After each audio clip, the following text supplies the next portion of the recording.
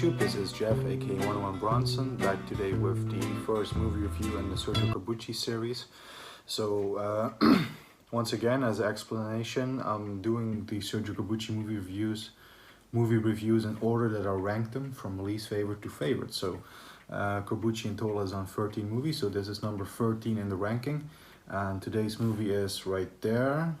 What Am I Doing in the Middle of a Revolution from 1972, starring Vittorio Gassman and Paolo Villaggio, and also Eduardo Friardo as the main villain, colonel or general, I forget which rank, but he is a officer in the army. Herrera is his name. And written and directed by Sergio Corbucci with music by Ennio Morricone. Now, why is this number 13? Why is this my least favorite? Well, I just really couldn't find anything meaty about the movie, if you will. This was, I think, Sergio Corbucci's first attempt at like putting a lot of humor into the movie, because this was made, of course, around the time that the trendy movies were popular. I always say that his next movie, his final western, is his full-on spaghetti western comedy, but I think it really started with this one, watching it. There are serious moments in it for sure, but few and far between. Anyway, the movie deals with two Italians, which is the first weird thing about this movie. We have two Italian leads, not just Italian actors, but also the characters are Italian. One is an Italian priest and the other is an Italian actor, who they happen to find themselves in Mexico. Of course, the priest is there doing the Lord's work, and the actor is there to try to put Richard III, the Shakespeare play, in Mexico. And after that, they accidentally, of course, get caught up in the Mexican Revolution against, despite them clearly not wanting to do so, but they just get tangled up in it, and some strange situations appear. A lot of near-miss deaths, near executions for both of the leads.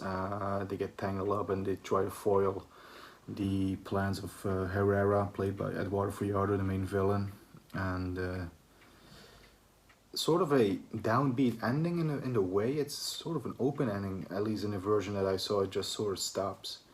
But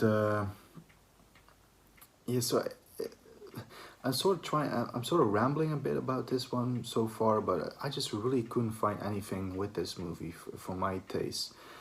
Now, it's not a bad movie. It's not as bad spaghetti western. I have seen movies that are far worse. Think of movies like God's Gun with Lee Van Cleef and Jack Palance, and also, strange enough, another Lee Van Cleef one, Bad Man's River. Those are terrible spaghetti westerns. I would put this above it for sure, above those. But there just was nothing there for me, honestly. I mean, if the two leads were differently cast, like maybe Franco Nero or whoever, if it was just somebody that I knew, that if they were spaghetti western regulars, if you will, I think it would have done a little bit better, but it was still a sort of weak story all over the place. Far-fetched comedic scenes. There's a scene where the priest is about to get executed by the generals, Eduardo Friardo's people, and then the actor has his agent with him, and they're flying in this plane, and the actor sort of hangs out the airplane when they fly by, and with a rope he sort of lassos the priest, and he lifts him up, carries him into the air, and he rescues him. Very very over the top and very silly and stupid. It's just not what I'm looking for in a Sergio Corbucci spaghetti western. Now, you might be wondering, and why have you put this at the bottom? And obviously there's still the other Sergio Corbucci spaghetti western comedy, The White, Yellow and Black. Well, I put that above this one simply because, even with, despite that being a full-on spaghetti western comedy, which I'm not a fan of, and also has silly scenes, believe me, we'll get to that, at least that one has, Giuliano Gemma, Eli Wallach, and Thomas Millian in the three leads. So that has something going for it, if that makes any sense. But this one, just really no. Even another critical point about this one I can make is I know usually I praise and you know, rave about Mr. Ennio Morricone, the late great Ennio Morricone, the maestro. I usually say none of his scores are bad. Well, for this movie, his score didn't do it for me. Even that didn't save the movie, that it was the music by Ennio Morricone, because it's a little repetitive. He only uses a few melodies for this one. They're a little lighthearted and silly as well, and it might be my least favorite Ennio Morricone score that I've heard so far. I never thought this day would come, but it has. I mean, I can still listen to it, but outside of the movie, you know, with the movie, I just...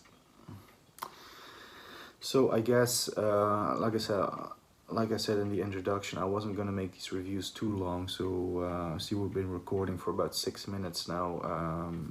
Any final thoughts about this? Favorite aspects? I think my favorite aspect about this movie is Eduardo Fajardo. This man can do no wrong. He's played so many great villains. I mean, he's nowhere near his level that he was in Django, another Corbucci movie, you know, where he played Major Jackson. I think that's the best one for him and the most iconic villain that he played. He also did a good villain role in A Coffin for the Sheriff, which is another spaghetti western. And just every time Eduardo Fajardo pops up in one of these spaghetti westerns, mostly in the Corbucci ones, but he just always brings his A game, in my opinion. He did so in this one. He was the most enjoyable part about this one, as a general who loved listening to opera. Yeah, that one, that I liked, but other than that, I wasn't a big fan of the two leads. I mean, I really have to do some research and see if they've done some other movies that I might know.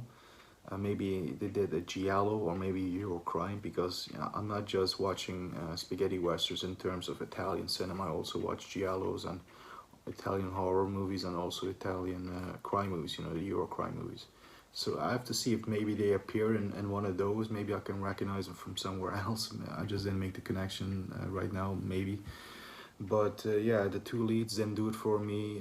The music, sadly, didn't do it for me, even though it's Ennio Morricone.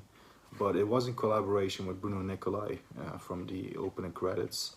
I believe he composed by Morricone and conducted by, or arranged and conducted by Bruno Nicolai.